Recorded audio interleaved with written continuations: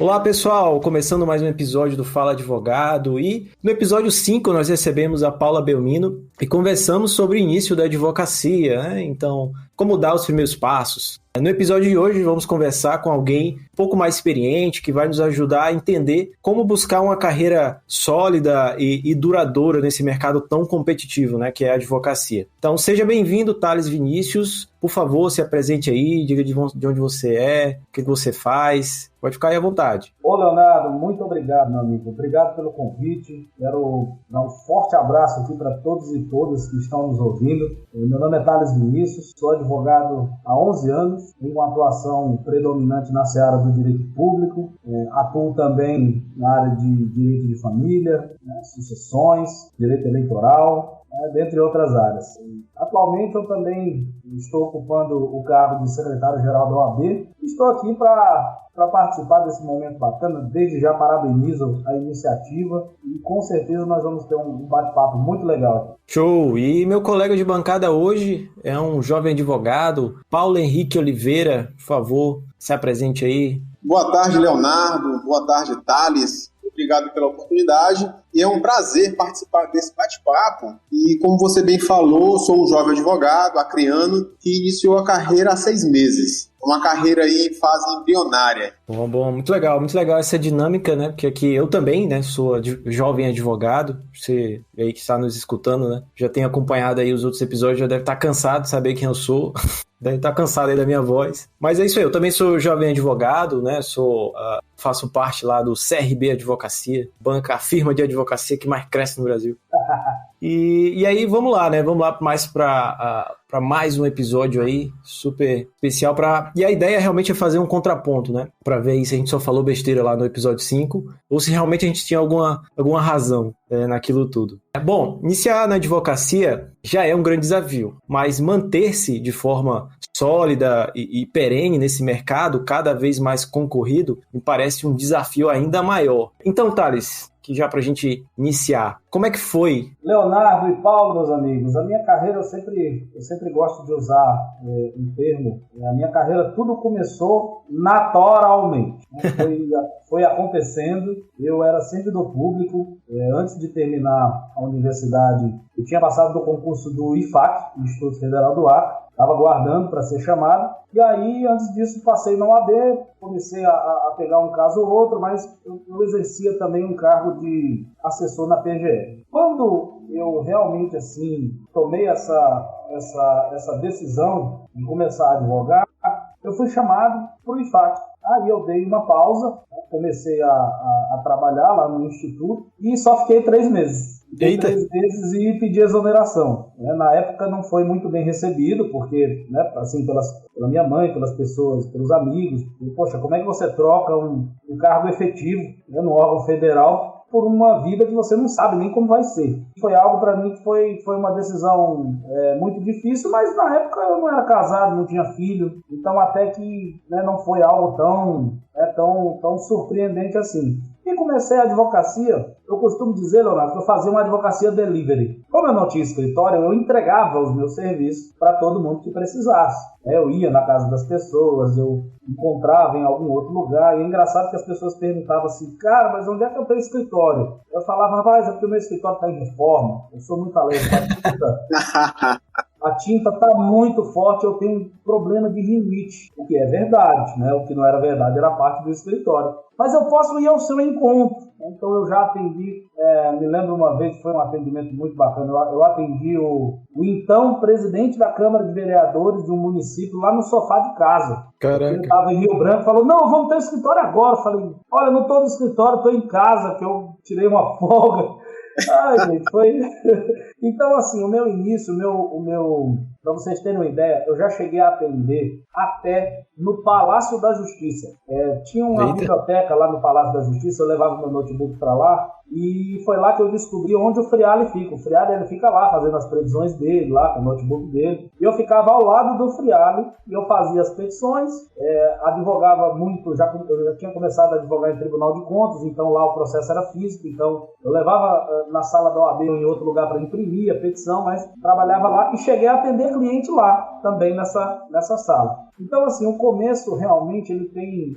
eu lembro sempre disso com muito carinho, mas o início foi muito difícil. Foi principalmente por essa questão de não ter um lugar, né? Acabava se tornando mais cansativo.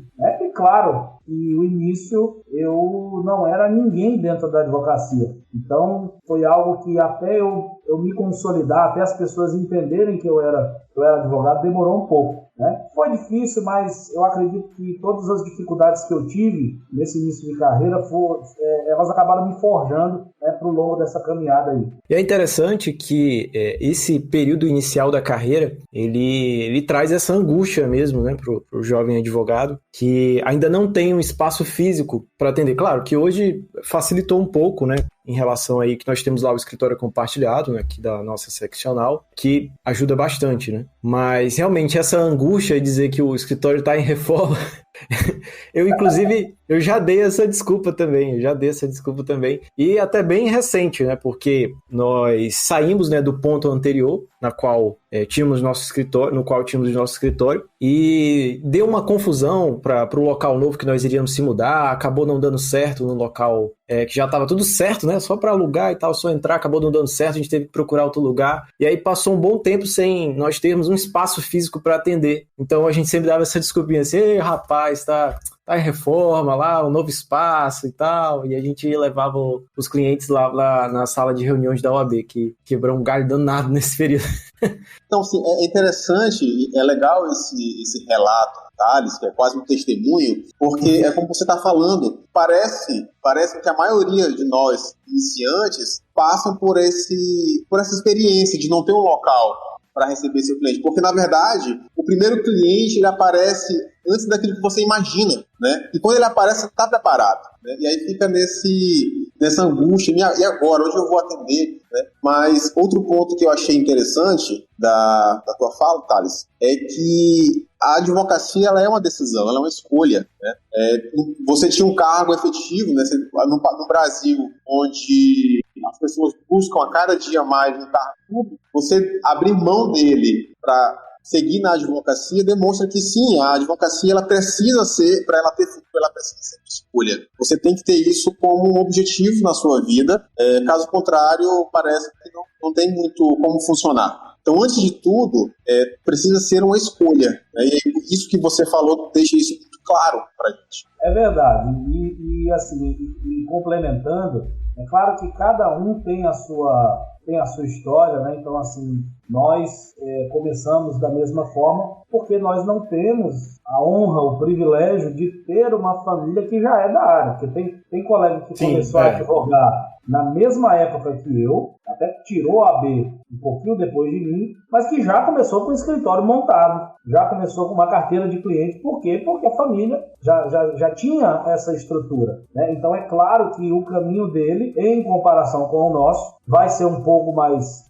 menos difícil, mas mesmo para ele, né, no início ele também vai ter os seus desafios. E só para complementar, eu só consegui montar o meu escritório, assim, de fato, ter um escritório, porque encontrei um colega da época de OFAC que também estava querendo montar e nós dividimos o espaço. Sem isso, eu não teria conseguido. Sozinho eu não teria conseguido. Então é algo que isso é importante para os nossos jovens advogados e advogadas que estão ouvindo. É muito difícil você construir uma carreira sólida sozinho, né? É igual aquele provérbio chinês: sozinho você vai mais rápido, acompanhado você vai mais longe. Então eu quis fazer essa ressalva aqui. Justamente nesse período, eu acredito que o jovem advogado, né, ele não pode ter muito problema com pedir ajuda, assim. Eu acho que é um bloqueio que ele precisa tirar da vida dele, entendeu?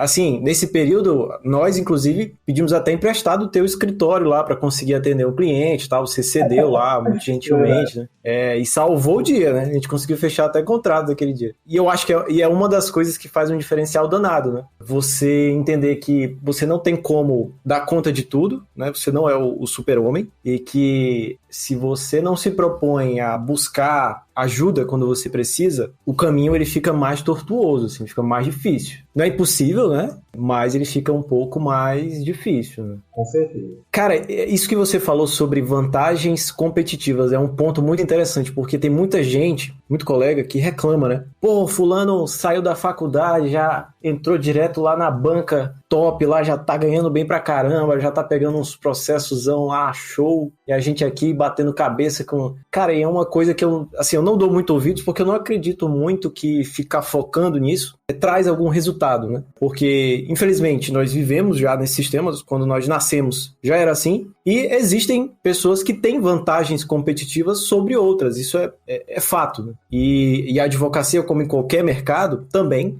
nós temos esse fenômeno. E aí eu já emendo aqui essa observação numa pergunta. Para ti, o início da tua advocacia, essas dificuldades que você passa e tal, vai necessariamente ditar o teu futuro profissional? Se você começa do zero, se você ali tá lutando do zero, vai ditar o teu futuro profissional? Significa que você não vai se tornar um bom profissional, um profissional de sucesso, enfim? Meu amigo, essa pergunta, ela tem um grau de profundidade muito grande. Eu acredito que, assim, necessariamente ditar o futuro não vai.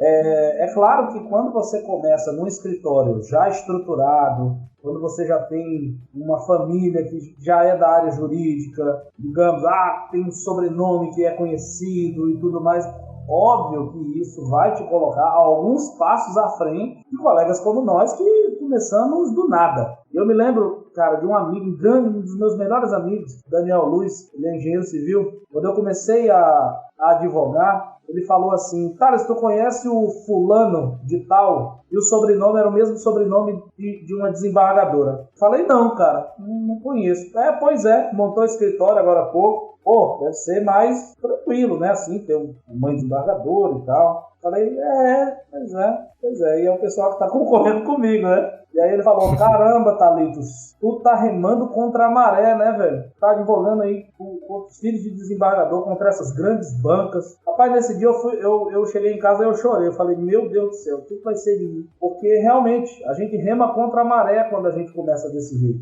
Mas quando a gente tem, assim, realmente a constância do propósito, a gente tem a firmeza de que é aquilo que a gente quer fazer. Pode demorar um pouquinho, pode, claro, as coisas tudo tem seu tempo, mas a gente fica um pouco mais cascudo, Leonardo. A gente fica um pouco mais, sabe, Paulo, a gente fica um pouco mais forte, porque a gente passa por coisas que essas pessoas não vão passar. Então, essas pessoas nunca vão saber o que é você receber um cliente dentro de casa. Você passar por um constrangimento de você ter que tá contando as moedas ali para pagar as contas no final do mês, você depender daquilo. E isso te fortifica. Então, isso vai te deixando mais, né, com uma cancha maior. Né? Então, isso não vai ditar o futuro, mas com certeza você vai ficar mais forte. Mesmo que você demore um pouco mais para se consolidar, mas é algo que ninguém vai te tirar. Ninguém vai tirar aquilo de você. E é uma coisa que você está construindo o seu nome. Muito diferente de quem já vem de uma casta ali, de uma família. Sempre vai ser o filho do fulano de tal. É até mais difícil para eles se consolidarem nesse ponto. Então o que eu tenho a dizer assim continue firme. Continue firme, porque isso aí só vai te deixar mais forte mesmo. Thales, eu vou aproveitar esse gancho que você estava falando agora, e é justamente isso, eu concordo, porque assim, esse início da advocacia, em relação à falta de infraestrutura, ou mesmo a expertise de lidar com o cliente, isso não vai, eu concordo contigo, não vai ditar o futuro, mas vai ajudar a forjar o profissional que será. Porque, na verdade, eu acredito, eu estou iniciando agora, mas eu acredito que é muito mais uma questão de personalidade e postura que você adota do que a infraestrutura que você tem disponível para começar. E, às vezes, uma pessoa, como você falou, que vem de uma família que já é do meio jurídico, já tem uma infraestrutura, não significa que a condição dele é melhor ou pior. Mas, sem sombra de dúvida, às vezes carregar o nome de uma banca famosa, né, de tradição, coloca uma responsabilidade maior nas costas daquela pessoa, porque daquela pessoa se espera muito mais. Pelo menos assim, para quem está de fora, opa, não, fulano tem um determinado sobrenome, as pessoas normalmente vão exigir, vão esperar mais dele, por mais que ele também seja um iniciante. É interessante que isso pode ser até um pouco injusto às vezes, porque não é teu sobrenome, não é a tua ascendência que vai ditar teu futuro, ou que vai determinar quem você é, quem você será, né? Então, assim, eu acho que é muito mais determinante para o futuro a personalidade que você tem. E, sem dúvida, esses perrengues que você falou, Thales, e a gente passa no início, vão, sem dúvida, deixar você muito mais forte no decorrer da carreira, no futuro, porque não é um desafio pequeno. Sim, com certeza. E aí é interessante também que nós já conversamos bastante sobre essa questão de mercado, barreiras de entrada, vantagens competitivas lá no escritório. Justamente quando nós sentamos, né, para fazer e rever nosso planejamento estratégico e tal. O que a gente percebe é que a advocacia é um mercado complexo, porque a depender da área de atuação e do nicho que você vai escolher ali para atuar, e das escolhas que você vai tomando, as coisas vão mudando, né? Não é a mesma barreira de entrada em todas as áreas, as mesmas oportunidades em todas as áreas. E eu percebo que as grandes bancas, elas são condicionadas a brigar pelos mesmos clientes, pelo menos aqui no nosso estado, entendeu? Então elas brigam pelos mesmos clientes. Então eu observo que bancas menores ou advogados autônomos, eles, se atuarem com uma organização e um planejamento bastante focados e com qualidade para atender ali pequenas e médias empresas ou um nicho específico, por exemplo, direito médico, né? Um nicho específico, eles podem ter muito sucesso, porque são justamente clientes na qual as grandes bancas não abarcam, né? Ou porque não acreditam que não vão dar o resultado, né, que se espera, né, para uma grande banca, ou porque não tem essa expertise específica, né, nessa área, ou não tem como dar aquele atendimento personalizado, pessoal, aquele olho no olho, né, que alguns clientes e algumas áreas necessitam. E assim é uma coisa que nós batemos muito na tecla lá no escritório. E aí quando a chavinha, né, mudou, a gente percebeu isso, a gente não tem que ficar amedrontado porque esses caras já estão no mercado, ou porque esses caras já têm aí 20, 30 anos já com o escritório aí consolidado. Mas vamos aqui fazer nosso planejamento, vamos escolher aqui os caminhos que nós vamos trilhar e vamos tentar melhorar e sempre nos aperfeiçoar. E assim eu acredito que as coisas tomam um rumo, com certeza. Eu tenho certeza. Posso, dentro disso que você falou, posso só fazer contar uma pequena historinha rapidinho sobre isso? Pode. Olha só, no início da minha carreira, assim, eu advogo, um dos meus nichos de atuação é no Tribunal de Contas. Eu advogo, faço defesa de gestores, ex-gestores, secretários, ex-secretários, ex-prefeitos, enfim. E aí teve um dia que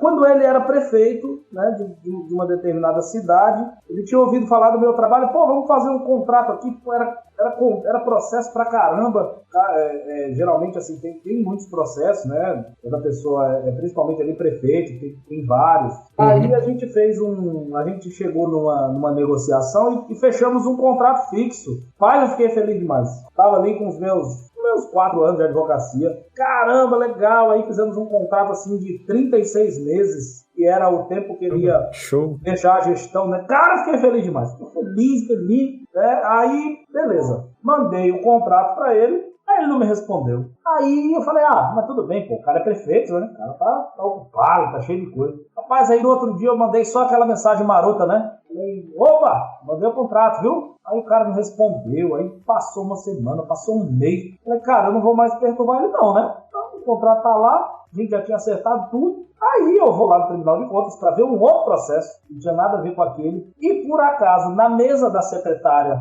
das sessões, estava lá o nome dele, uma petição com o nome dele e o logo de um outro escritório. Cara, quando eu vi o escritório, os caras eram um dos maiores escritórios aqui. Cara, nesse dia assim, eu fiquei mal. Eu qualquer coisa eu choro, né? Um cara muito emotivo. Aí eu fui e chorei de novo. O cara tá ouvindo, vai falar, rapaz, esse cara chora, eu choro.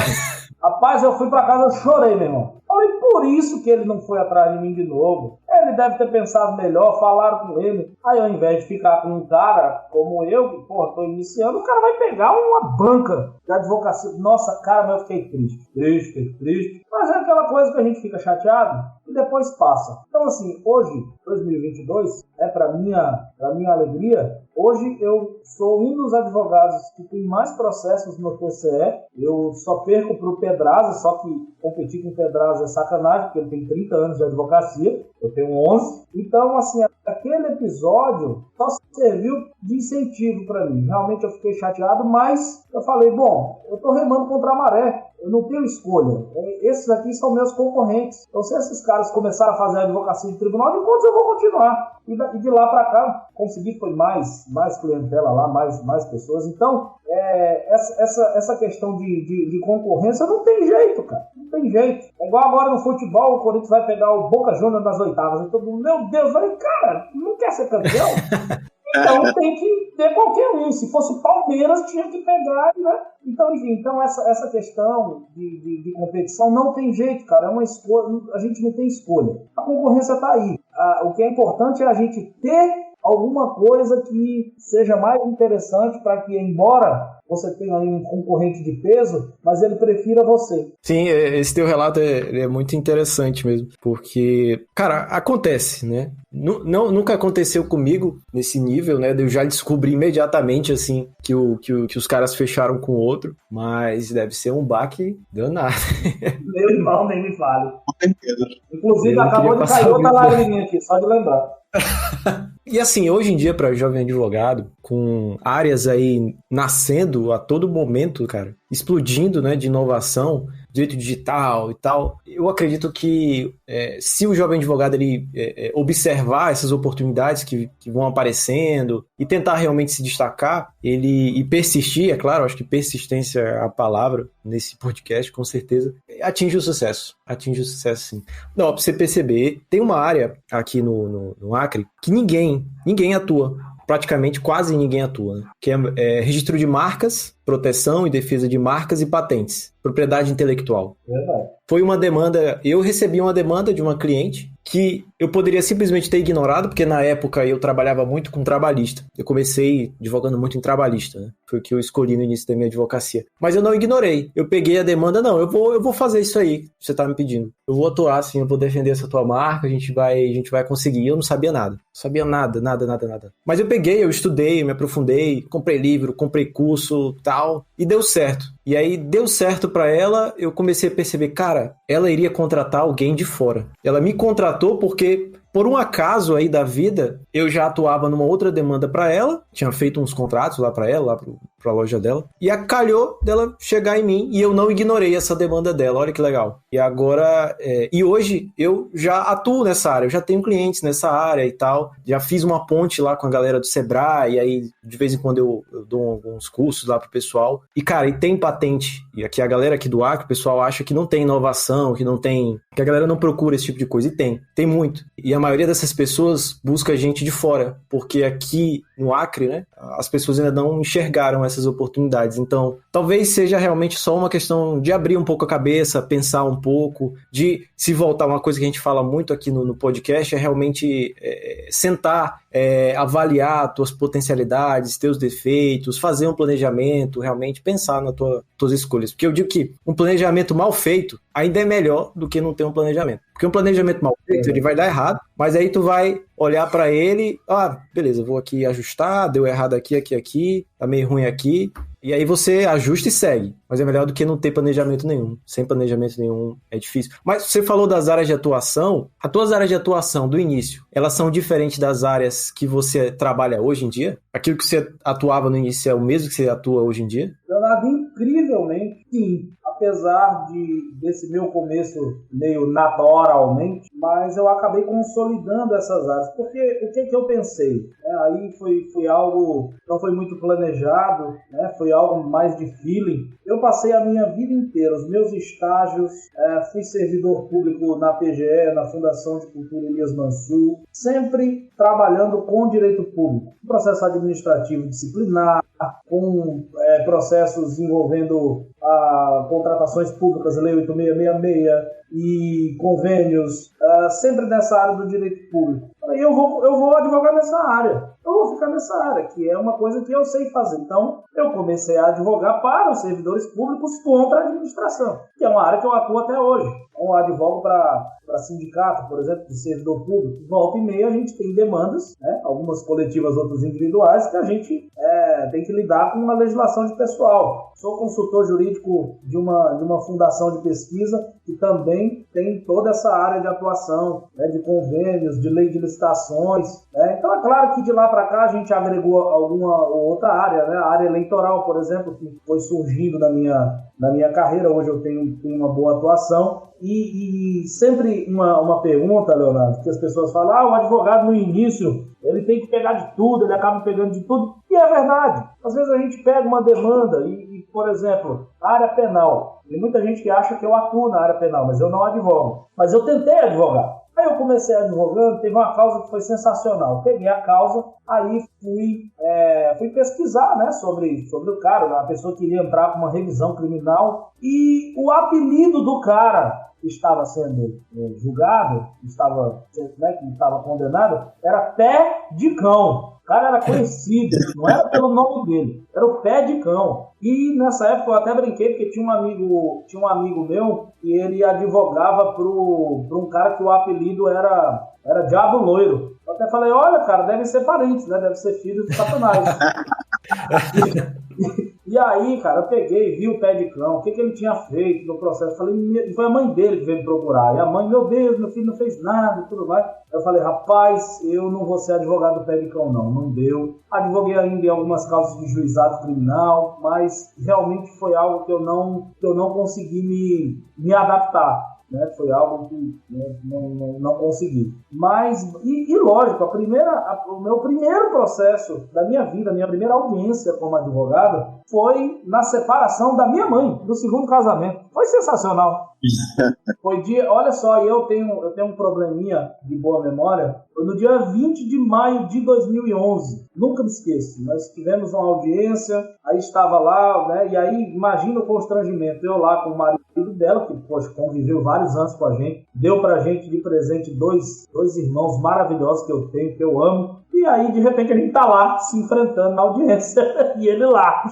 E era o doutor Júnior Alberto, juiz, que hoje é desembargador. E foi, enfim, aí eu comecei a advogar na área de família, assim, graças à minha mãe. E até hoje eu advogo muito para minha mãe. A minha mãe, fora a Energisa e a Oi, ela é a maior litigante do Acre. Eu tenho um processo dela com um monte de coisa. Então, assim, basicamente são as mesmas áreas que eu atuo, com um acréscimo de uma ou outra, mas eu acredito que isso é importante, a constância na área também. O advogado que faz tudo, ele não é especialista em nada. Então, quando você vai cobrar hoje um valor, além do seu tempo, tem a questão da experiência. Poxa, é diferente você pegar um advogado que advoga sei lá, 1 ano em direito de família, de um que advoga 11, de um que já pegou uma par de processos de divórcio, de separação, de alimentos. Então isso tudo agrega. Então é importante essa perseverança, que é a palavra que foi utilizada. Sabe, dá um tempo para aquela área, né, para você estudar, para você maturar aquela área, porque lá na frente essa tua experiência ela vai fazer diferença, com certeza. É verdade, Thales, Leonardo, e assim, é curioso, porque quando você inicia na advocacia, sobretudo quando você inicia por conta própria, é preciso ter coragem, né? E isso que você fez, Leonardo, de pegar esse caso aí sobre propriedade intelectual, sem nunca ter visto nada, é também um ato de coragem, né? E no início a gente precisa muito disso, porque você sai da graduação perdido, né? Nem todo mundo tem a oportunidade de fazer um bom estágio, né? Seja num órgão público ou em algum escritório, para traçar ali mais ou menos um caminho, ter uma ideia do que você vai fazer depois que passar a ver. Então, assim, você fica um pouco perdido. Eu, por exemplo, na época da graduação, eu tive um ótimo professor de Direito do Trabalho, César Claudino, ele até servidor do FAC hoje, de Chapuri. E, assim, ele fez eu me apaixonar por Direito do Trabalho. Eu tinha certeza plena de que seria um advogado trabalhista. E, quando estava perto de terminar a graduação, eu tive a oportunidade de trabalhar 1 ano na Defensoria Pública do Estado. E lá eu trabalhava na defesa civil. E foi uma escola maravilhosa. E hoje a minha atuação é predominantemente civil, família e outras questões cíveis. E eu tenho a minha sócia, né? Nós temos uma colega, a doutora Bruna, ela cuida da parte trabalhista do escritório, mas hoje eu não quero acordo com ele de trabalho, não é minha praia, toda a demanda fica a cargo dela, mas no início a gente tem essas dúvidas, né? Se você não tem uma oportunidade de ter alguma experiência ainda durante a graduação, você fica meio generalista mesmo. E aí, com o tempo, obviamente, é necessário essa questão da afinidade também com a área, para que com o tempo você vai trilhando aí, se especializando numa determinada área, para assim você ter uma identidade, porque isso também, imagino, né, que para o futuro da carreira, a gente está começando, ainda está engatinhando, mas para ter essa estabilidade no futuro, você tem que ter essa identidade, para você, de certa maneira, ser referência naquela área que você busca para a sua carreira, né? Mas é bem legal, assim, ouvir esses relatos e ver que o que a gente está passando no início não é só com a gente. A gente percebe que todo mundo que já está aí com a carreira mais sedimentada também passou pelos mesmos desafios, né? Com certeza, com certeza. E assim, uma coisa que nós pontuamos no episódio anterior, e é bem legal, porque realmente está sendo um contraponto daquele episódio, né? Nós estamos retomando várias coisas que nós conversamos com a Paula naquele episódio, e uma delas é justamente essa questão do círculo de competência. Então eu acho muito importante você não vai definir aí uma área específica, você não sabe ainda a área que você vai escolher ou não quer escolher, define um círculo de competência, né? Vai definindo ali um círculo de competência, agregando ali algumas áreas ali que na sua visão se complementam dentro de uma estratégia, né? E dessa forma eu acredito que o resultado ele chega mais fácil, né? Mas não negue cliente, é uma coisa que eu sempre carreguei, mas eu nunca nego cliente. Eu sempre procuro,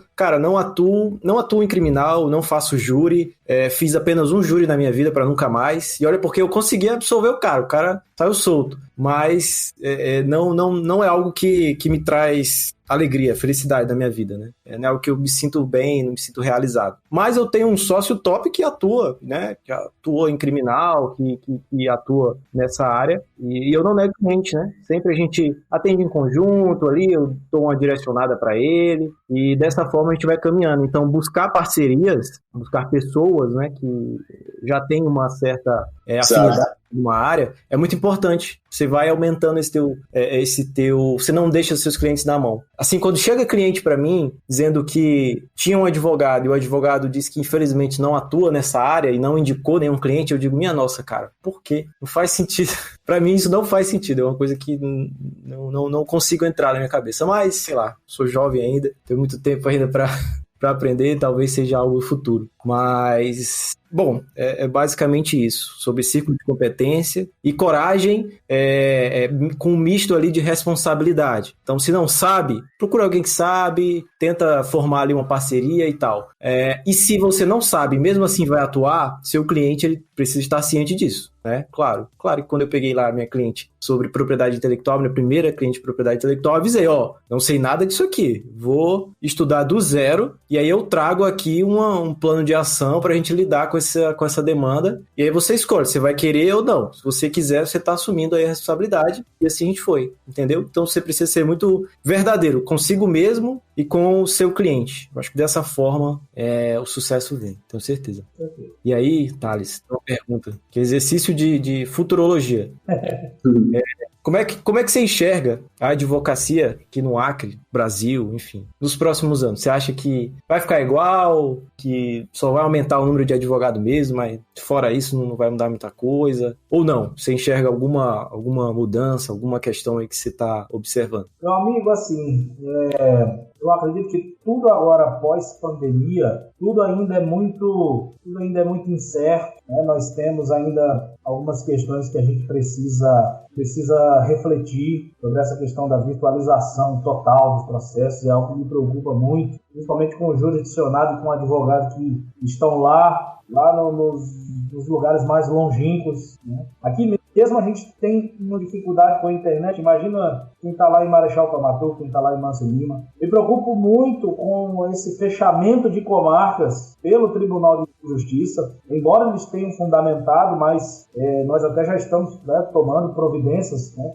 na OAB. Então, todas essas questões, elas deixam a gente com um pouco de dúvidas, porque infelizmente a gente depende de uma série de fatores para que a advocacia melhore. A gente depende do aquecimento do mercado, a gente depende da economia, a gente depende do bom funcionamento dos tribunais, dos órgãos auxiliares. Então, é algo que, assim, a minha esperança é que a gente, cada vez mais, a gente melhore. O que depender de nós, da nossa vontade, e aqui eu não falo mais como advogado, mas só para fazer essa ressalva que não tem como fazer. O que depender da diretoria da OAB, da atual gestão, o que nós pudermos fazer para que isso aconteça, para que melhore a advocacia, nós estamos batalhando para isso. Agora, é claro que não depende somente de nós, depende de uma série de fatores que aí, é claro, como cidadão, como pessoa, eu espero, né, que melhore, né, porque as notícias são cada dia mais assustadoras. Hoje, eu fui abastecer, já estava um valor diferente. Todo dia, gasolina aumentando, né, preço da cesta básica, enfim, são coisas que nos afetam diretamente. Então, o que eu posso dizer para você é que eu tenho esperança de que nos próximos anos a gente com certeza vai ter uma situação melhor na advocacia, não só na advocacia, mas em todas as áreas como um todo. Sim, sim. E é interessante, Thales, porque foi uma conversa que nós já tivemos lá no escritório. Se essa situação na qual nós vivemos, de inflação alta, desemprego alto, guerra, né? Muito tempo a gente não tinha essa preocupação com guerra e hoje em dia tem mais essa preocupação aí na cabeça.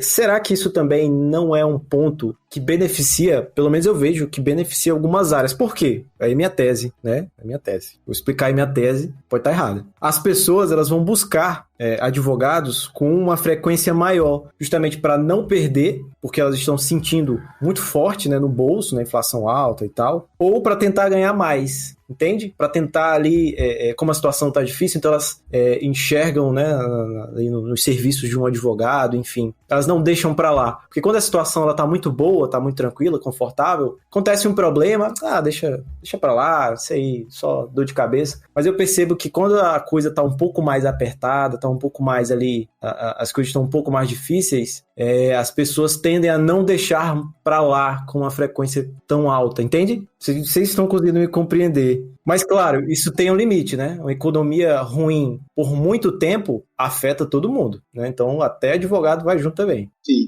Leonardo, pegando esse gancho aí novamente, que você está falando, eu penso o seguinte: esse cenário que a gente vive hoje, sobretudo essa questão econômica, né, que, lógico, afeta a todos, né, é um problema também, sobretudo para o iniciante, o jovem advogado, para quem quer começar a empreender na advocacia. Por que eu digo isso? Nós que somos jovens advogados, né, que estamos aí iniciando a carreira, a faculdade de Direito hoje, isso na minha época de graduação, eu bati muito nessa tecla, tentei mudar na minha época, meu curso, não consegui, né? Mas a advocacia, ela não é estimulada dentro da faculdade. Ela não é. É vendido para o aluno de direito que o futuro é a carreira pública, né? É a carreira pública. Exatamente. Que é o sucesso dentro do direito. Então, aí você pega essa situação que a graduação, a faculdade, a universidade, ela não estimula, ela coloca a advocacia muitas vezes como uma opção se você não conseguir nada melhor, que é um tremendo erro, mas infelizmente a gente vê muito isso acontecer hoje em dia. E aí você pega esse cenário de economia frágil, isso muitas vezes é um motivo para desestimular aquele jovem a iniciar na advocacia, a tentar empreender com seu próprio escritório, porque a instabilidade econômica, ela assusta, né? E aí eu queria aproveitar e perguntar para ti, Thales, qual foi o momento na tua carreira que deu aquele clique que você pensou, tá aí, deu certo. Hoje eu vivo da advocacia, eu consigo viver somente na advocacia, a minha carreira está dando certo. Eu fiz a escolha correta na minha vida. Você teve esse momento? Minha também, viu? Você teve esse momento, porque assim, quando nós estamos iniciando a carreira, tudo é sonho. Você sonha, você imagina o futuro da melhor forma possível, mas em que momento da carreira você parou e pensou, deu certo? Rapaz, os caras fazem umas perguntas profundas. Eu tô puxando aqui na memória, mas antes disso, só para eu não perder o que você falou, Paulo, as pessoas realmente elas têm algumas pessoas têm essa visão de que as outras áreas elas são coisas superiores, né? Elas são, foi muito engraçado. Nós ganhamos a eleição da OAB ano passado. Aí, pô, aquela festa, aquela coisa, aí uns 3 dias depois eu recebo uma mensagem de uma pessoa que tinha visto na internet, né? Ela, Thales, eu te conheço desde criança, nossa, fiquei muito feliz com a eleição de vocês, viu? Olha, parabéns, viu? E agora só sucesso na sua carreira, tenho certeza que você tá caminhando firme aí para ser um juiz, um promotor.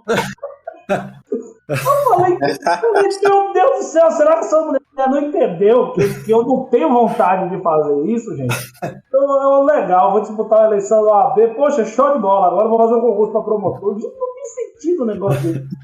Mas, coitada, é a cultura, né? É a cultura, Sim. Realmente. E sobre a questão do momento, Paulo, eu acredito assim, são vários momentos. E até hoje, eu com 11 anos, até hoje a gente sempre tem que estar se renovando, se reciclando, para falar assim, opa, tá dando certo, legal, vou continuar, vou por aqui. Mas eu tô me lembrando aqui de um episódio, eu tinha aberto o escritório há pouquíssimo tempo, e uma cliente, eu tinha atendido, inclusive, ela no delivery ainda. Fui lá no apartamento dela, atendi, era uma causa de improbidade administrativa, um caso dificílimo, um caso que teve uma repercussão na imprensa, e aí ela foi condenada na primeira instância, e eu já atuei depois da interposição da apelação. E aí eu verifiquei algumas coisas que não tinham sido alegadas, né, pelo meu colega, e aí que vem a parte do conhecimento na legislação da educação, porque era algo que eu já tinha visto, né, na minha experiência como servidor público. E aí, olha só, foi uma coisa incrível. Eu fiz uns memoriais, só que eu juntei uma pancada de documentos, fiz uma série de alegações que não tinham sido feitas anteriormente. Memoriais não são para isso. Memoriais, você faz memoriais para, né, ali como modo de reforçar alguns argumentos ali antes da sustentação oral. Aí o tribunal ainda foi 2-1, mantiveram a sentença por 2-1 e eu embarguei a declaração. Olha só que coisa, que jogada assim, que eu falei, cara, é a única coisa que eu tenho. Eu falei, olha, vocês foram omissos em não analisar os memoriais. Olha só que coisa, cara, foi uma coisa assim incrível. E o tribunal acolheu, que realmente o que tinha ali era uma situação absurda. Tinham dito que ela era funcionária fantasma, sem ser e tal. Então eu sei que nós conseguimos, por meio desses embargos, né, absolvê-la. E aí todas as penas da improbidade, ela tinha sido condenada em todas as penas. Ela perdeu o cargo, multa civil, ressarcimento ao erário, suspensão dos direitos políticos. Cara, foi tudo. E eu me lembro que no dia que eu participei da sessão e eu liguei para ela para dizer que tinha dado certo, cara, essa mulher caiu no choro. O filho caiu no choro, né, que o filho era meu cliente também. Aí o que vocês acham que eu fiz? Comecei a chorar também. Cara, e aí naquele dia falei assim, poxa, cara, tá dando certo. Realmente é isso. E esse caso assim, foi bem legal, que foi no interior. Aí eu fiquei, né, um pouco, né, minha fama correu por lá e tudo, aí veio um monte de cliente lá. Aí não dava para absorver todo mundo, né? Porque tinha gente que realmente era complicado. Mas aquele momento foi um estalo que deu e falou, poxa, cara, vai por aqui, né? Vai por aqui, realmente é legal. Eu adoro a advogação de improbidade. Então, eu acredito que esse momento, para mim, foi um momento marcante. Mas você, Paulo, que está aí com 6 meses, o Leonardo, que já está há algum tempo, existirão outros momentos, outros estalos de outras coisas que vocês vão falar, pô, cara, legal. De forma, vão existir coisas que vocês vão falar assim, putz, cara, preciso mudar isso aqui não tá legal. Isso aqui não... Eu por exemplo, um dia desses, eu fiz um inventário, estou trabalhando no inventário, e eu me arrependi amargamente de ter cobrado o valor que eu cobrei. Falei, meu Deus do céu, eu não fiz isso. Já aconteceu comigo mesmo. Não é possível, cara, que eu tenho 11 anos de advocacia e eu cometo um erro desse. Falei, meu pai do céu. Então, eu falei, não, isso não vai mais acontecer. Não vai mais, porque são coisas que a gente já tem que, né, com tanta experiência, com tantas coisas, a gente já tem que saber. Né? A gente tem que chegar, meus amigos, num nível que daqui a pouco você, fazendo uma consulta ao cliente, você vai saber se aquela demanda vai ser boa ou não para você. Você vai saber. E é importante isso, porque muitas vezes aquela demanda vai te dar uma dor de cabeça, vai te dar um trabalho excessivo, que vai sugar tua energia, vai tirar a tua paz. E no final das contas, a pessoa nem pagou tanto assim, né? Porque para tirar a tua paz tem que ser um negócio assim, realmente... É verdade. Thales, é realmente interessante porque toda essa nossa conversa aí perpassa algumas questões que nós conversamos em episódios anteriores, inclusive, sobre essa questão de, até você citou agora, né, precificação. Será que precificação não existe um sistema, uma forma de nós criarmos um sistema ali mínimo para você conseguir precificar honorários e tal? E existe. O livro lá que eu indiquei no episódio 5, inclusive, Planejamento Estratégico para Escritórios de Advocacia, do Graciotti, ele tem um capítulo sobre precificação de honorários e ele vai trazendo ali várias possibilidades, né? Se seu escritório trabalha dessa forma, geralmente se adota esse tipo de sistema. Se seu escritório tem esse tipo de demanda, aí seria interessante se olhasse isso. É bem interessante mesmo. Mas é coisa que só realmente batendo cabeça e sofrendo com isso aí, cara, isso já aconteceu comigo, olha. E é algo que até hoje a cliente tá muito feliz, que a gente conseguiu, né, ganhou, mas a gente olha, putz, grila, cara. A gente poderia ter ali, ó, se feito ali, meu amigo, e não teria nem custado muito pra cliente, mas enfim, já foi. Importante é que a cliente tá feliz, né? Importante é que deu certo. Leonardo, é importante, assim, às vezes essa demanda que é pequena, ela vai te trazer uma demanda grande lá na frente. Sim. Eu mesmo tive um caso que eu tinha um amigo que passou assim, falou, cara, bicho, pega uma demanda aqui pra mim, cara. Porra, o cara tá me enchendo o saco. É uma demanda chata contra o Santander. Negócio de banco, negativação de banco. Negócio, nossa, chatíssimo. Falei, tá bom, vou lá pra pegar, né? Detalhe, o cara era secretário de Estado. Falei, pô, legal, cara, vou advogar pro cara, né? Mas é uma demanda realmente bestinha, mas falei, poxa, não tem nada a ver, o cara não fez, eu fiz. Aí daquela demanda ele gostou, fizemos outra, daqui a pouco ele passou todos os processos que ele tinha no Tribunal de Contas para mim, daqui a pouco ele virou deputado, daqui a pouco eu já estava advogando para vereadores, para outros deputados por causa dele, ou seja, começou com uma demanda besta do Santander. Coisa boba mesmo, cara, uma coisinha que, sabe, qualquer estudante podia fazer. E aí é que a gente precisa ter a humildade de falar assim, não, peraí, vou pegar isso aqui, vou tratar com carinho, vou fazer de modo ético. Por quê? Eu nem sabia o que aquilo ali ia gerar para mim no futuro, mas por causa daquela demanda pequena, consegui muita coisa boa depois. Então a gente precisa ter essa humildade, né? E tratar todo cliente de modo especial, de modo único, seja ele qual for, seja da origem mais simples ao mais sofisticado, porque ele é importante, todo mundo é importante. Então, isso aí pra mim é algo que eu com certeza. É verdade, Thales. Eu gosto de pensar, com base nisso que você falou, que às vezes aquele caso é algo pequeno. Juridicamente falando, é algo pequeno, é algo simples, mas para aquela pessoa pode ser a causa da vida dela. Para aquela pessoa, para aquele cliente, é a causa mais importante da vida dela. Talvez seja a única causa que ele tenha na vida, né? E eles pode dar uma importância muito grande. E por mais que essa pessoa não volte a ser um cliente, mas ele abre portas para outros, né? Abre portas mesmo. Isso é cristalino, cara. Isso é verdade mesmo. E uma coisa que eu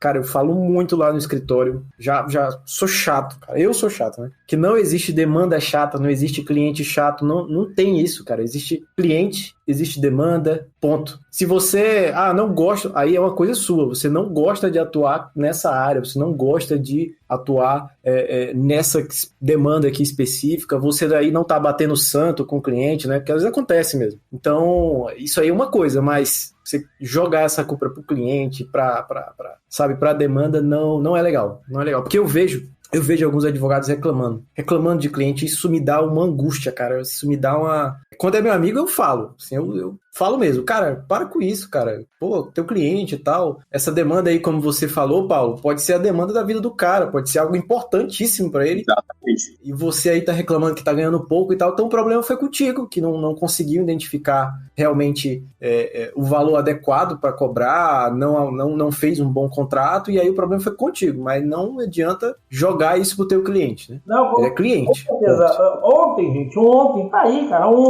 né, eu deixei, aproveitando o feriado para resolver umas demandas e tal, aí eu atendi algumas pessoas, aí veio uma professora da rede pública, aí aposentada e tal, e aí ela falando, mas que negócio é esse? Eu vou te pagar por uma demanda, eu não sei se você vai ganhar, e se eu perder, como é que fica? Rapaz, a mulher veio brava. Aí eu, muita calma, falei, a senhora quer uma água? A senhora quer um cafezinho? Não, aí eu acendi um incenso aqui para tirar as impurezas. Eu falei, minha amiga, a nossa atividade é uma atividade de meio. Toda aquela coisa, né? Sim. Mas isso tá errado. Aí eu falei assim, minha amiga, me diga uma coisa. A senhora era professora de quê? Eu era professora de português. A senhora passava o semestre inteiro ensinando o aluno ali e tudo mais. Me diga uma coisa, se ele tirasse uma nota baixa, a culpa era sua, né? Claro que não era minha, claro que não, porque eu fiz o que eu pude, eu me esforcei, eu estudei, eu me preparei para dar aula. Se ele não tirou a nota boa, a culpa é dele. Aí eu falei, exatamente, meu amigo. Eu estou aqui para pegar a sua demanda para fazer o meu melhor. Por quê? Porque eu estudei, porque eu me preparei. Agora, a gente depende de um entendimento que não é nosso. A gente tem que ter um entendimento lá do juiz e tudo mais. Ela, tá bom, doutor, me dê esse contrato aí, vamos fazer logo isso aí. Então... Rapaz, eu vou pegar esse teu exemplo para mim, ó. Eu já anotei. Eu já anotei aqui. Dica aí, ó. Rapaz, então assim, são coisas que a vida vai dando pra gente, são coisas que a experiência vai trazendo. Mesma coisa, precificação. Quer dizer, o advogado, a pessoa que te procurou, ou ela foi indicada por alguém, ou a pessoa viu em algum lugar. Então, assim, ela tá querendo muito fechar com você. Você não pode deixar que o valor atrapalhe. Então, você sabe que determinada demanda, sei lá, uma demanda vai me remunerar R$3.000. É o mínimo que eu posso cobrar. Menos que isso eu vou ter prejuízo, vai ser complicado. Porque você não vai falar para a pessoa, Leonardo e Paulo, que essa demanda custa R$3.000. É igual você vender um produto, vender um carro. Não, estou vendendo o carro por 70 mil. Se você fala isso, o cara vai querer comprar por 60, por 50. Então, o que eu faço dependendo do cliente? Eu falo, olha, isso funciona muito com empresário, gente que mexe com comércio, porque ele vê valores, né? Então, para ele, qualquer coisa é vantagem. Sim. Eu sei que a demanda custa 3 mil para mim, 3 mil tá bem pago. Olha, fulano, é o seguinte, para esse tipo de demanda, eu não cobro menos que R$8.000. Não cobro porque realmente é muito trabalho, eu tenho uma expertise muito grande nessa área. Só que é o seguinte, o senhor foi indicado pelo fulano de tal, é meu amigo, e ele pediu para eu cuidar dessa demanda com o maior carinho. Então eu não vou fazer por esse preço pro senhor, não. Ao invés de fazer por esses 8 mil, vou baixar pro senhor para 6 mil. Se o senhor me falar assim, olha, eu vou pagar à vista, eu ainda lhe dou um desconto. Dependendo das parcelas que o senhor quiser, eu ainda faço mais um desconto para o senhor. O cara vai com um advogado bom, o cara vai bem indicado, é tratado com carinho, e ele chega assim, meu Deus, mas olha que legal, e ele ainda faz uma condição facilitada para mim. Puxa, show de bola. Você não vai cobrar menos que a tabela da OAB, porque essa é a regra. Você não pode cobrar menos que a tabela da OAB. Você não vai ganhar mais do que o cliente, a depender da demanda, se você tem ali algo que você vai oferir. Que é isso que a gente tem que ver, são essas duas coisas básicas. Você não pode cobrar menos que a tabela e não pode ganhar mais que o cliente. Pronto. E aí a estratégia de precificação é o que você tem que ter. Aí você tem que ser um negociador, você tem que ser um vendedor. Você tem que mostrar para o cara que você, além de bom advogado, que vai cuidar da demanda dele, como ninguém cuidou antes, você ainda está dando uma vantagem financeira para ele que nenhum outro advogado vai dar. Aí, meu irmão, ia correr pro abraço, assinar o contrato, fazer os boletos e a felicidade. Sim, sim. E é importante, e aí principalmente para o jovem advogado, né, que está começando aí, ter as ferramentas para você conseguir negociar. Então você tem que ter, no mínimo, uma forma de emitir boletos, né? Se você tiver ali um sisteminha de pagamentos, você consegue ainda ter um controle maior, né, sobre esses boletos. Você tem que ter ali uma máquina de cartão e tal, para você realmente dar opções, né, para você conseguir trabalhar ali com aquele cliente até chegar num valor legal, numa forma de pagamento legal, tanto para você quanto para o seu cliente também. Importante. Verdade, né? É isso, então. Então, ó, a gente já falou de muita coisa, hein? Muita coisa mesmo. E infelizmente chegou ao final. Mas antes de irmos embora, vamos para as indicações dos convidados. Nesse bloco, né, os participantes eles indicam aí um livro, uma série, um filme, uma poesia, enfim. E aí pode ficar à vontade, viu? Thales, indique aí, faça aí sua indicação. Bom, meus amigos, quero agradecer aí o convite. É muito gostoso. A hora passou aqui que a gente nem percebeu. E, assim, eu quero deixar um livro. É claro que a gente não deve se basear só nas leituras jurídicas, né? Mas o livro que eu quero deixar é um livro de marketing jurídico essencial, né? Esse é o título do livro, né? Marketing Jurídico Essencial, do Rodrigo Bertozzi, um grande amigo lá do Paraná. Esse livro ele traz algumas estratégias, algumas ideias, né, no que diz respeito à inovação, né, como que você constrói uma marca jurídica de sucesso. Então ele tem estratégias assim que são muito boas, estratégias simples e estratégias que podem te ajudar a alavancar aí na sua carreira. Então é um livro que eu recomendo. Para quem gosta de série, por exemplo, a série The Lincoln Lawyer, agora que saiu agora há pouco, né, que é O Poder e a Lei, muito boa, 10 episódios, curtinha, dá para você ver aí de forma bem tranquila. É um advogado criminalista, mas a forma que ele trata, a expertise que ele tem, a inteligência, a sagacidade, isso é algo assim muito, muito inspirador, né? E uma poesia que eu gosto muito, de Mário Quintana, eu acredito que ela serve assim como um norte. Falei ela quando fiz o discurso da minha formatura, né? Eu fui um dos oradores da turma, e diz o seguinte: e se as coisas são inatingíveis, ora, isso não é motivo para não querê-las, e tristes os caminhos se não fora a presença distante das estrelas. Então sonhem alto, sonhem grande, e com certeza vocês podem até não chegar ali no ápice, ali onde vocês querem, mas certamente vocês vão chegar num lugar muito grande, viu? Show, valeu aí. E aí, Paulo, o que você tem de indicação? Então, como indicação, eu acho que é uma leitura, deveria ser a leitura de cabeceira de todo advogado, principalmente o iniciante, e aí, aproveitando que a gente falou um pouco sobre isso agora no final, sobre essas causas, né, que são boas ou não são boas, eu quero indicar um clássico do Rui Barbosa, Dever do Advogado, fala muito sobre ética, né, e também que nenhuma causa é indigna, né, na defesa técnica. Então, é uma leitura pequena, rápida, a um fim de tarde, de um sábado, e eu gostei bastante. É a indicação de livro que eu deixo, então, O Dever do Advogado, do Rui Barbosa. Quem ler vai gostar bastante, independentemente se é advogado ou não, mas fala muito bem sobre qual é a nossa função como advogado. Show. E eu vou indicar um filme da Netflix, né?